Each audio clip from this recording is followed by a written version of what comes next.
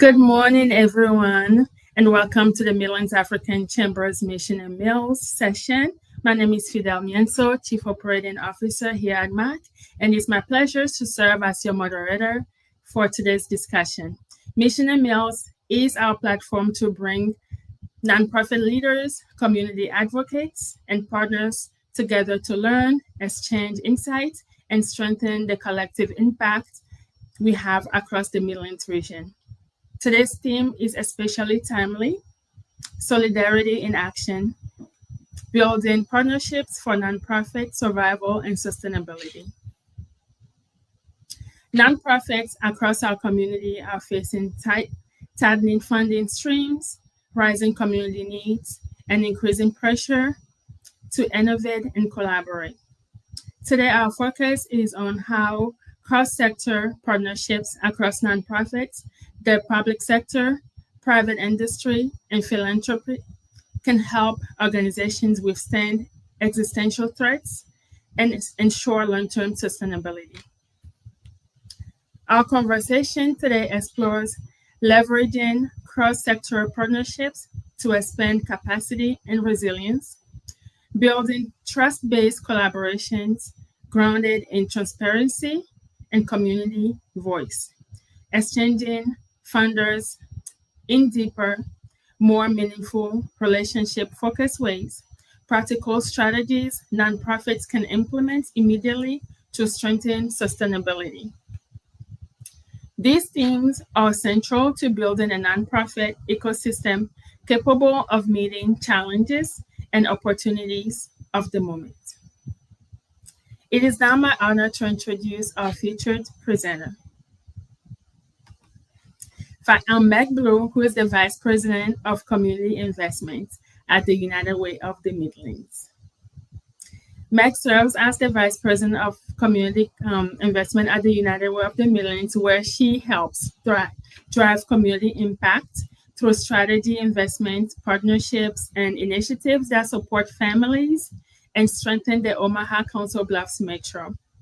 With a strong background in nonprofit leadership, Meg is passionate about bringing people and organizations together to create lasting change. She plays a key role in advancing United Way's mission to meet the community's most pressing needs and build a stronger, more equitable region for all. Under her leadership, United Way continues its legacy as a trusted convener, bridging nonprofits, funders, and community partners to create coordinated, effective solutions that improve sustainability and opportunities across our region. Before we begin, I want to invite all attendees to feel free to drop your questions in the comment section at any time throughout the presentation. We will gather them all and address all questions at the end during our Q&A section. At this time, it is my privilege to turn this session over to Meg for today's presentation titled Solidarity in Action, Building Partnerships for Nonprofits for Survival and Sustainability. In this presentation, Meg will explore the current challenges facing nonprofits in our region, how strategic cross-sector partnership expand organizational capacity and resilience,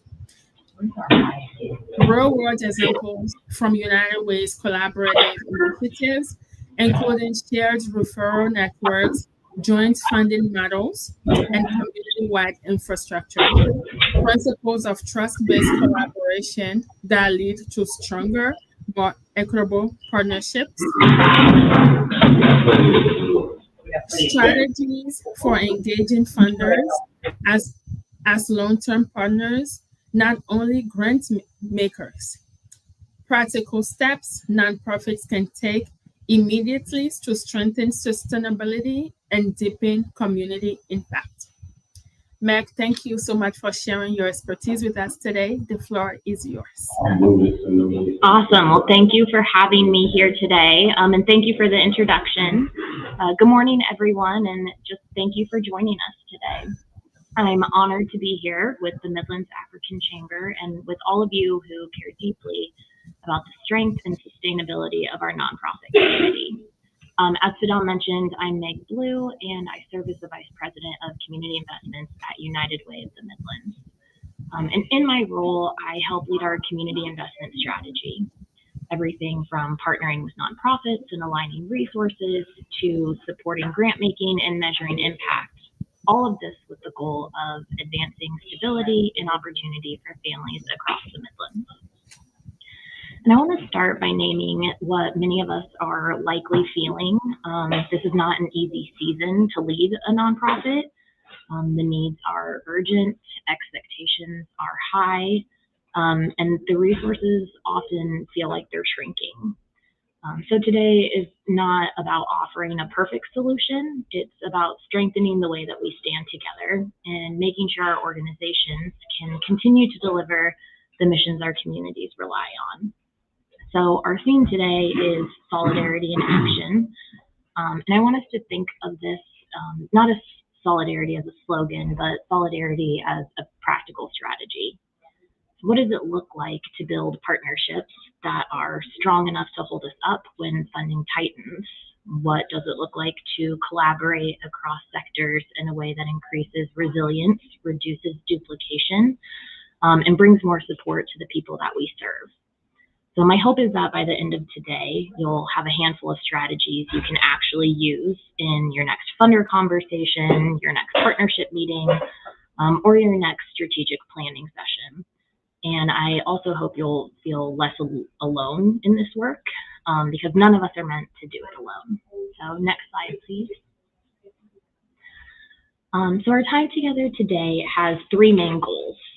First, we're going to name what is happening, the pressures on nonprofits, not to get stuck in the challenge, but so we can respond to it honestly and strategically. Second, we'll talk about partnerships, what effective cross-sector collaboration really looks like and what it requires, because partnerships are not automatically helpful. Some partnerships drain capacity, some feel good on paper, but don't move the mission along. So we're going to focus on partnerships that are genuinely mission strengthening. Third, I'll share practical approaches we use at United Way of the Midlands as a funder, a convener, and a partner to build trust-based collaborations that are sustainable over time. And just as we go along, I'd like you to consider thinking about your own organization and maybe mentally keep a few questions in the background, such as where you might be most stretched right now, where do you have strengths that others may need, and what kind of partnerships would actually make your specific mission more sustainable. So if you can do that as we go, I don't want this to just be a talk. I'm hoping for it to really be kind of a working session for all on the meeting. Next slide, please. So starting with the landscape, I think many of us all know that we are experiencing tighter funding across our government sources, philanthropy, and even individual giving. So sometimes the dollars are shifting priorities. Sometimes they're moving toward fewer, larger organizations. Sometimes they're going toward short-term initiatives rather than that long-term operating support. And sometimes it's simply that demand has outpaced what's available. So at the same time, the community needs are rising. More families, as we know, are navigating housing instability.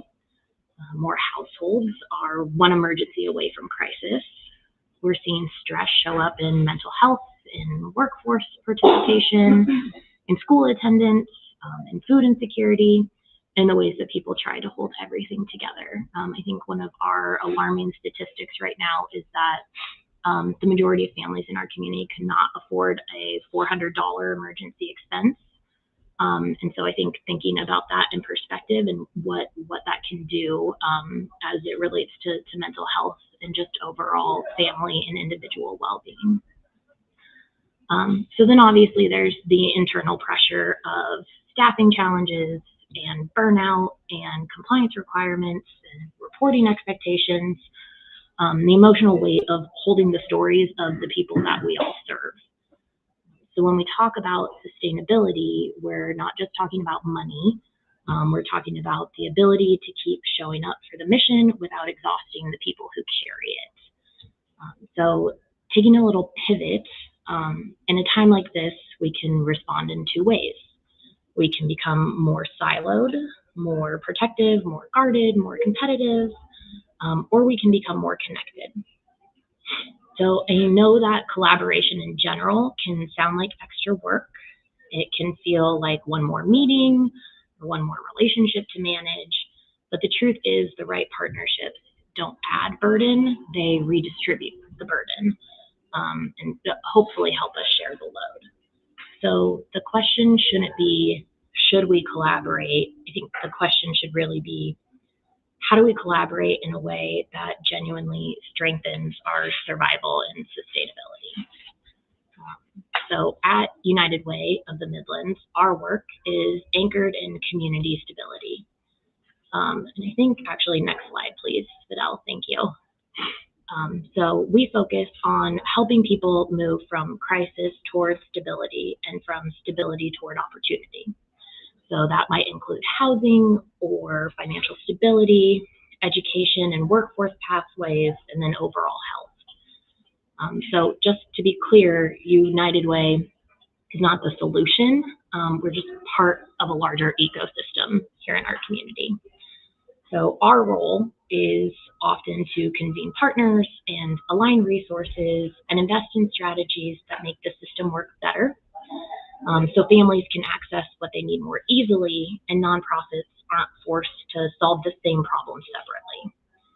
So we've learned over time that when nonprofits are isolated, the system becomes harder to navigate. Families get bounced around, organizations duplicate efforts, data lives in different places, outcomes get measured differently, and ultimately, everyone spends more energy just trying to coordinate in general. But when nonprofits and partners can come together, and when referrals are coordinated and programs align and funders support shared outcomes, the whole community becomes therefore more resilient.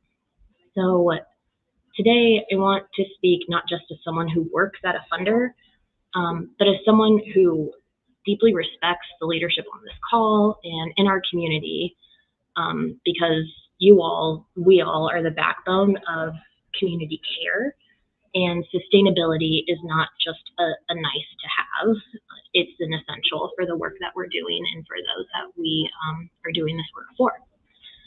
So next slide, please. So when I mention solidarity in action, I want to think about something very specific. Solidarity means we understand that our missions are interconnected.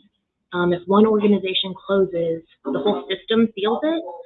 If one organization loses a key funding stream, other agencies may see an increase in demand. One population loses access to service, the ripple effects move across the entire community. The solidarity also means we stop seeing each other as competitors for scarce dollars and start seeing each other as collaborators in a shared mission.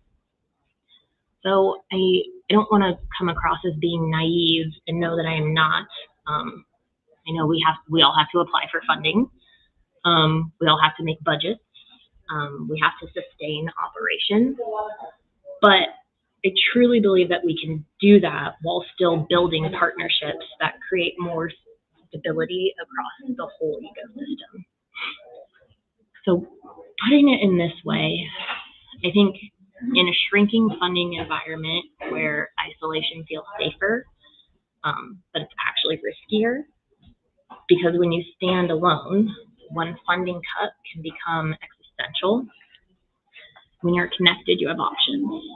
You can pivot, you can partner, you can break resources, you can share infrastructure, and you can advocate together.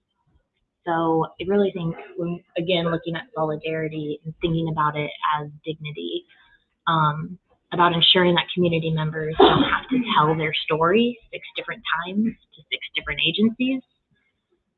It's about making access easier. It's about building a system that feels human. So not thinking about solidarity as being abstract, thinking about it as being operational and strategic, and it really being about what nonprofit survival looks like in action. Next slide, please. So looking at how to make partnerships concrete, cross-sector partnerships can include nonprofit to nonprofit partnerships, like shared case management or joint programming, warm handoffs, or co-location. Sometimes that partnership looks like one organization specializing in outreach while another specializes in maybe service delivery. Or sometimes it's about sharing staff expertise, like finance, evaluation, communications, or training. So partnerships with the public sector could include schools or workforce systems, public health, housing authorities, or city and county agencies. These partnerships can align service priorities and unlock resources and create overall smoother pathways for clients. When we look at private sector partnerships, there can be more sponsorships. They can include skill-based volunteering or mentorship, hiring pipelines, technology support, marketing support, and over long-term investment. And then finally, with philanthropy partnerships, there's foundation and donor collaboratives. Individual donors are essential because they can often provide the flexible dollars that allow collaboration to really flourish. So when really looking at the key and how partnerships should not just be nice relationships, so to put it, they should really have a purpose, and a strong partnership answers the questions of what shared problem are we solving, what outcomes are we aiming for, what are we each contributing, and how do we know it's working. So if you can't answer those questions in your partnership, that partnership may still be valuable, but it's more likely to drift or strain capacity or disappear when there's pressure. So just, I think one more thing to add about this is that partnerships work best when they are mutual. So not one organization carrying all the labor, not one organization doing all the reporting, just mutuality is sustainability. Next slide. So in talking about trust, because trust is that main currency of partnerships, trust-based collaboration means we build relationships that can withstand hard seasons. And trust doesn't just come from a single meeting. It comes from consistent behavior over time. So some principles that help that, I think first is transparency. So if funding is uncertain, say that. If capacity is strained, say that. If a process isn't working, share that information. So partners can't respond to what they don't know. Secondly, shared decision making. When one organization makes all the decisions, the partnership becomes fragile. And when decisions are shared, the partnership becomes durable. Third, clarity is key. Many partnerships fall apart not because people don't care, but because expectations were never clear. Who owns what, who communicates what, who is responsible for follow-up. Clarity protects relationships. Fourth, honoring the community voice. Trust-based collaboration requires that community members aren't just recipients, they're the experts. If the people most impacted by our decisions don't recognize themselves in our strategies, our partnerships will struggle. And then finally, consistency. It's better to do a few partnership commitments well than to join 10 collaborations and burn out. So sustainability requires that focus and really honing in on that. Next slide, please. So now let's talk about funders, because sustainability requires resources and the way we engage funders matters. Many nonprofits have experienced funder relationships that maybe feel transactional, apply, wait, report, repeat, and that model doesn't always support innovation or collaboration or long-term stability. A more sustainable approach is relational engagement, where funders understand the mission deeply and see themselves as part of the solution. So I think a few strategies to share along that line is just making sure that you're inviting funders into learning, so not just into reporting. Share what you're seeing on the ground, what's changing, what's emerging, what is needed. Tell the story of collaboration. Funders often want to reduce duplication and increase the impact. So if you can show how partnerships create better outcomes, that matters. Be clear about what it takes to collaborate. Collaboration takes staff time, data systems, convening. Those are the real costs there. So don't hide them, name them. And use outcomes and stories together. Data shows the scale, stories show the humanity, and funders need both. And then lastly, don't wait until a crisis to build the relationship. The most resilient funding relationships are built in seasons of stability so that they can withstand seasons of uncertainty. Next slide. So making everything actionable. If you're building a partnership, start with strengths. Ask, what do we do best? What does our partner do best? Where do we overlap? Where do we complement each other? Then create simple structures. So an MOU doesn't have to be complicated. It should clarify responsibilities, timelines, and communication. And then just build a rhythm. Partnerships need touch points, a monthly call or a quarterly check-in, shared dashboard, something that keeps alignment really alive. And then think about the data. Shared data doesn't have to mean complicated systems immediately. It can begin with a shared referral form or shared definition of outcomes. The goal is to reduce the burden on clients and then improve coordination. So, and also plan to build for conflict. Conflict isn't failure, it's normal. Trust-based partnerships plan for how to address challenges and asking how will we raise concerns, how will we adjust when something isn't working, and how will we protect the relationship while still being honest. So that's how you create those partnerships that last. So I think grounding this in some real examples of what partnerships can look like. One example is coordinated community support system. So where multiple organizations align around stabilizing households. Housing stability doesn't just require a rent check, as we know. It often includes employment supports, financial coaching, health support, and transportation. That requires a network and not a single program.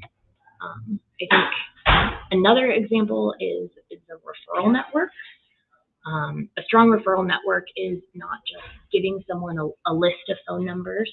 It's building warm handoffs, shared knowledge, and follow through so that the client isn't responsible solely for navigating a maze alone. Another example is the skill-based volunteer partnerships that I mentioned earlier with employers.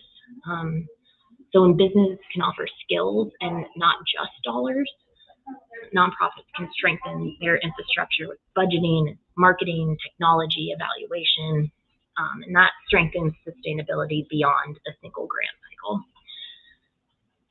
And then there are braided funding models. So where philanthropic dollars, public dollars, and sometimes employer dollars align around shared outcomes. Those models are often more stable because you're not dependent on one source. So the common thread is alignment, and alignment reduces fragility. Next slide. So this slide is one of, I think, the more important ones because the shared infrastructure is how nonprofits survive long term. Shared infrastructure can include coordinated intake and referral systems, so clients don't repeat their story and don't fall through gaps. Shared training in trauma-informed care with cultural humility, evaluation, compliance, so quality rises across the whole ecosystem. and shared tools like data systems, shared measurements framework, and shared communication campaigns. So I want to emphasize something here.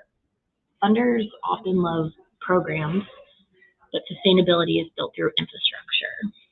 And infrastructure is what allows programs to deliver outcomes consistently. So one of the strongest advocacy messages we can deliver as a sector is if you want outcomes, you have to fund the infrastructure that produces the outcomes. And shared infrastructure is often more cost effective. It reduces duplication, it improves coordination, it strengthens accountability, and it makes it easier for smaller organizations to participate meaningfully without being overwhelmed. Next slide, please. So I think bringing this home with practical steps that you can start hopefully right away. First, I think map your partnership ecosystem, list your current partners, and categorize them by who strengthens your mission, who drains your capacity, who's missing from your ecosystem that would make you stronger. Second, pick one sustainability goal and build partnerships around that. So for example, if your sustainability challenge is staffing, explore shared staffing models or internships, AmeriCorps, shared training even. If your challenge is client navigation, build a warm handoff partnership with one or two agencies. If your challenge is funding, explore a joint ask with partners aligned around shared outcomes. I think third, strengthen your story of collaboration and just create a simple narrative around that. So identifying here is the need, here's what we're doing, here's how partners can contribute, and here's what changes for people. That story becomes more powerful in funder conversations. And then fourth, build relationship time into your work. I know that can sound hard, but relationships, they're not extra, they are the strategy of what we're doing. So even 30 minutes a month invested in partner trust can save hours later in crisis management. And then finally, make sure you're protecting your people. Sustainability includes staff wellness, boundaries, and systems that prevent that burnout. Partnerships should make that easier and not harder. Next slide. So when I think about the future, I'd like us to imagine a nonprofit ecosystem that is connected and resilient and collaborative, where organizations of all sizes can thrive, and where the community experiences our services as coordinated and dignified for all. So imagining funders investing not only in programs, but in partnerships and infrastructure, because that's what creates those long-term outcomes that we're going for. This kind of future doesn't happen automatically. I know that it happens when leaders like those of us here choose it. And when you reach out, align, build, and then advocate together. And then I'll just say this, the challenges we face are real, but so is our collective power. The nonprofits have always been innovators. We're resilient by nature, and when we work together, we're even more powerful. And then last slide, please. So I want to thank you all for your time and your leadership and your commitment to our community in general. I want to share that I'm grateful for the work each of you does every day to support families and strengthen neighborhoods and build a more equitable and just resilient Midlands.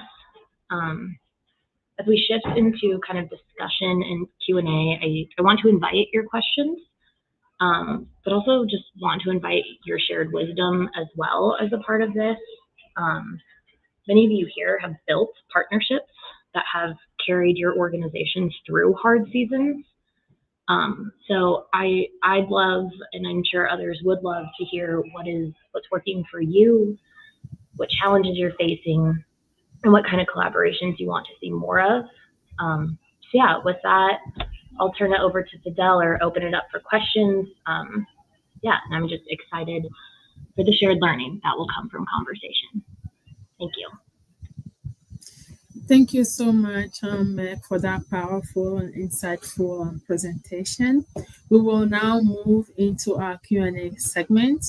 If you have placed any questions in the comment section during the presentation, we will address them. So let me go ahead and take a look to see if you have any questions from anyone. Let's see here.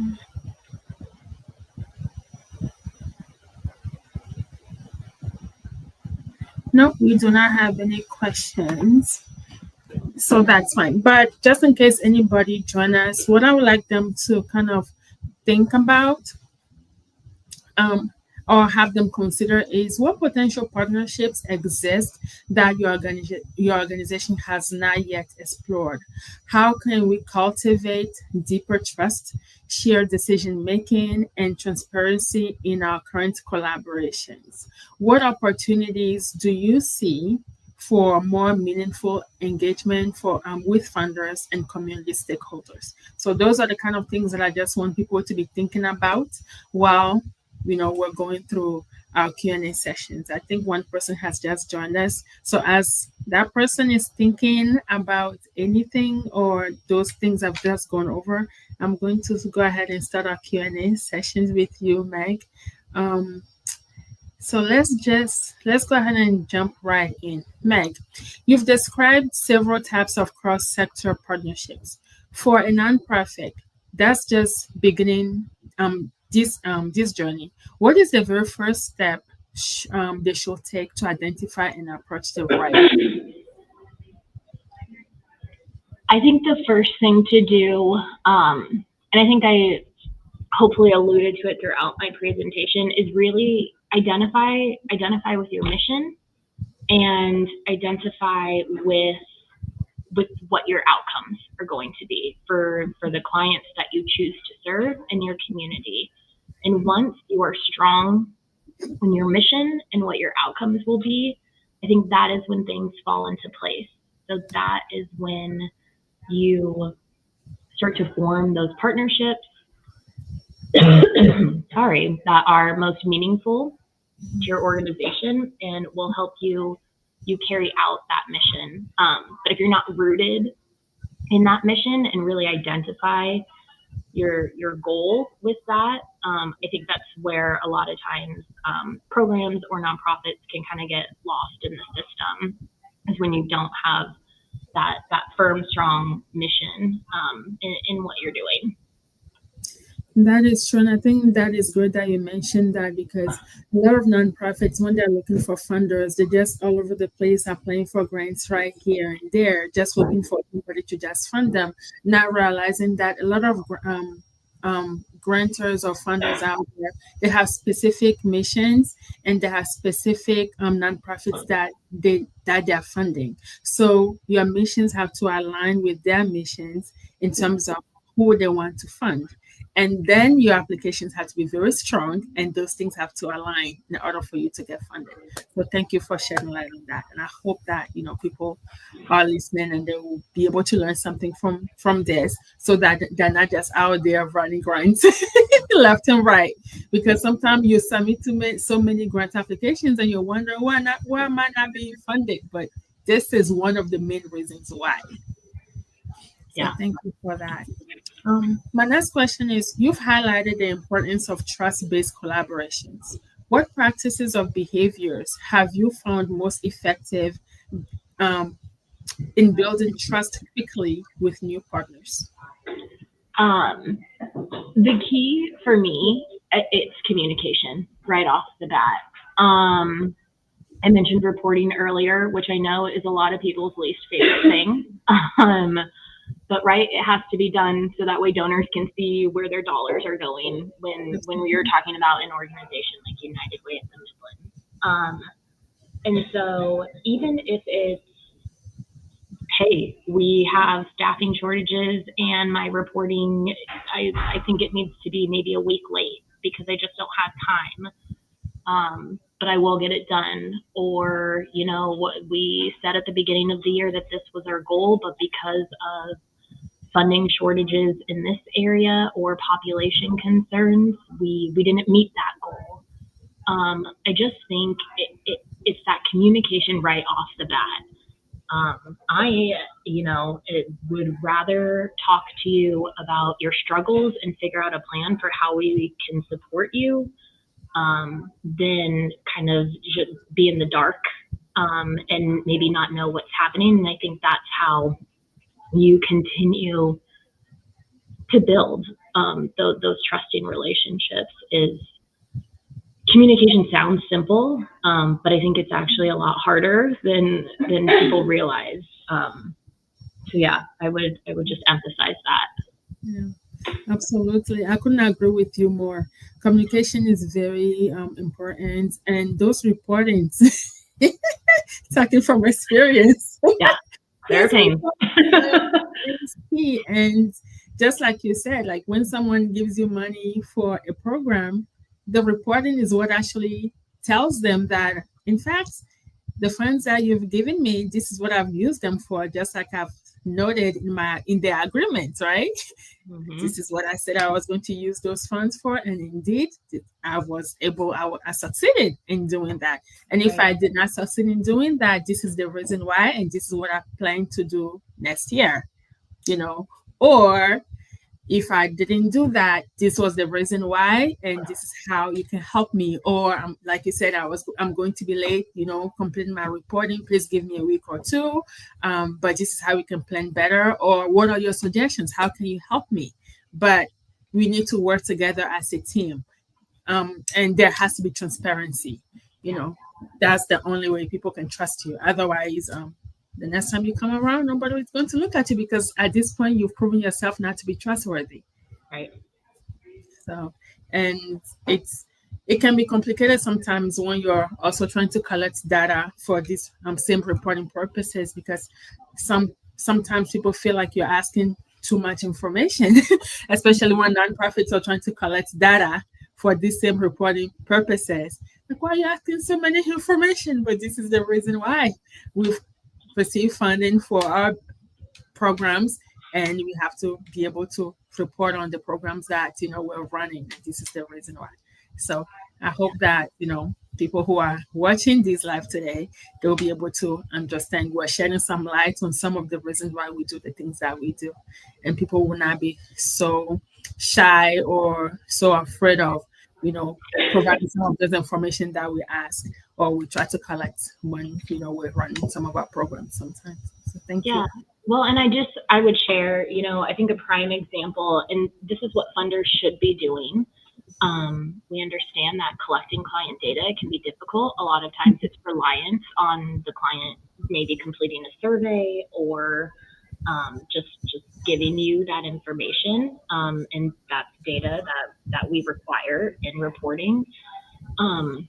And I think, again, just from conversation and transparency, we've talked to organizations who were just not able to get data back from their clients or get survey results back. And so they weren't able to report on those things. And so knowing that your funder is more than just a funder and really wants to problem solve with you, we want to come to the table and help you figure out ways to boost maybe those survey results so you can report on outcomes.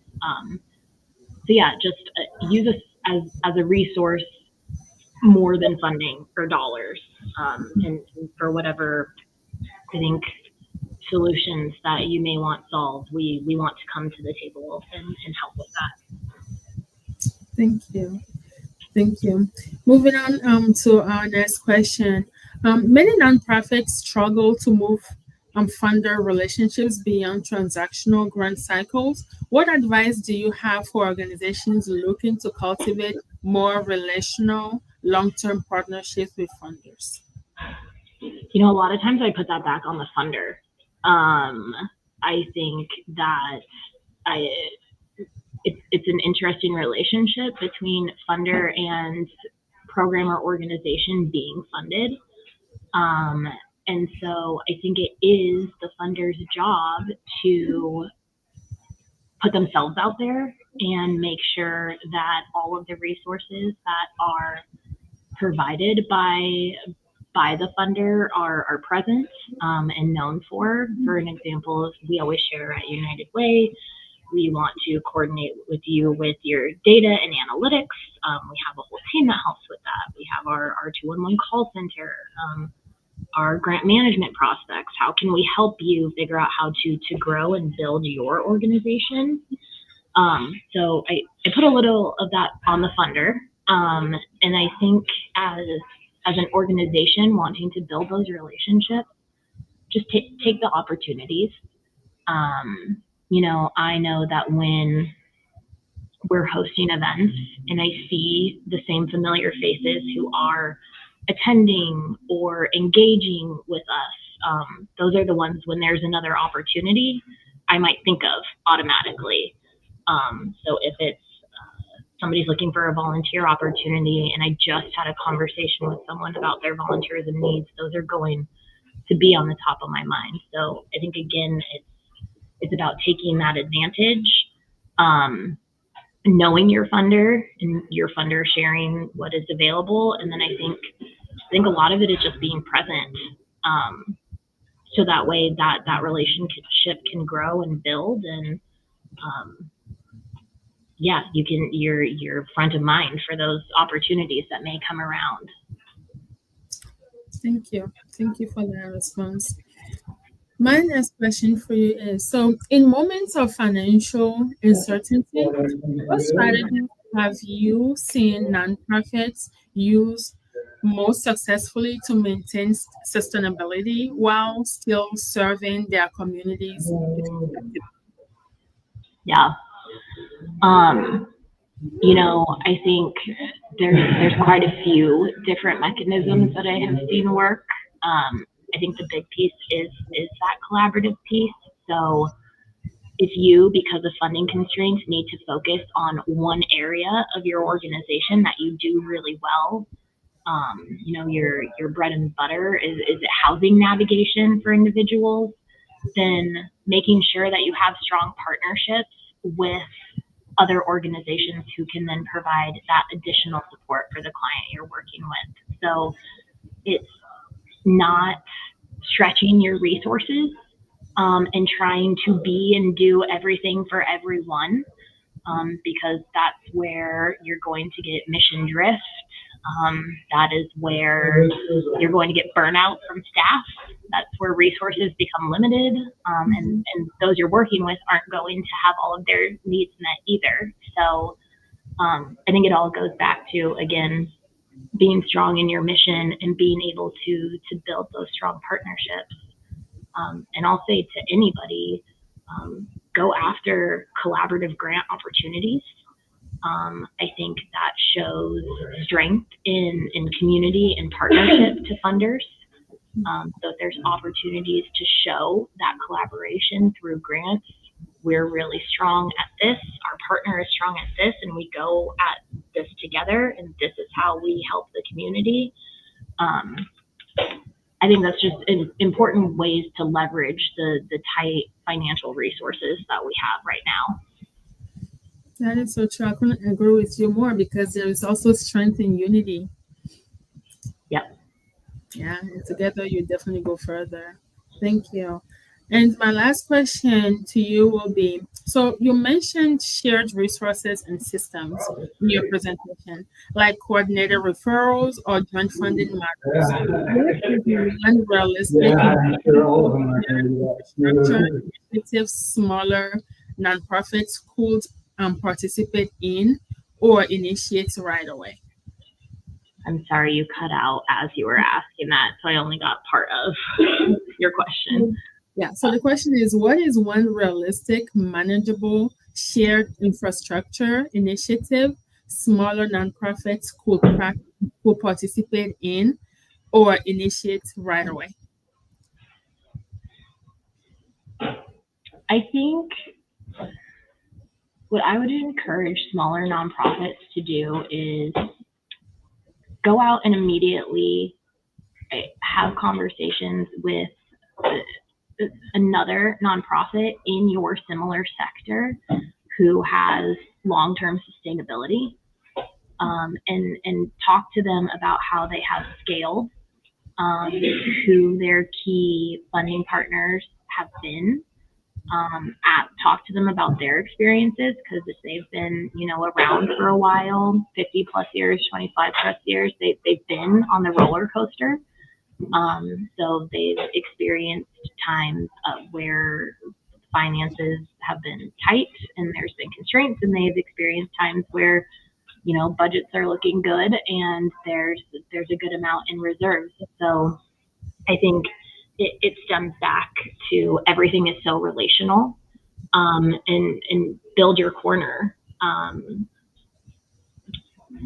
People in your field are going to be your best advocates. So go out and be willing to learn from others who have just experienced maybe what you're experiencing, who have started a nonprofit as a small organization and built it from where it is. And yeah, just leverage those relational partnerships. Absolutely. Thank you so much, Meg. We are almost at the close of our session here. I'm just looking in our comment section to see if we have any questions here. And the one question that I have here is someone asking, Vanetta Early is asking if you can share the PowerPoint presentation. Is this something you can share? Yeah, we would be fine with sharing. Okay. Yeah. All right, that's fine. I would just need this person's contact in order to send this information with them. They are on, this person is from LinkedIn. Okay. Vanetta, if you are still watching with us, if you can please share your email address or contact us at MAC, info@midlandsafrican.com, and we'll be happy to share this presentation with you. I will make sure I respond to her privately, and we'll get her contact information to share the presentation with her. All right. Well, Meg, we are very grateful for your time, your leadership, and your practical guidance you share with us today. Thank you so much. Thank you. Thank you. Yes. Thank you all for being part of today's Mission and Meal session. Your dedication and collaboration and community service strengthens the entire Midlands nonprofit ecosystem. On behalf of the Midlands African Chamber, thank you again for joining us. We look forward to continuing this work together and seeing you at our future Mission and Meals event. You all have a great afternoon. Thank you all.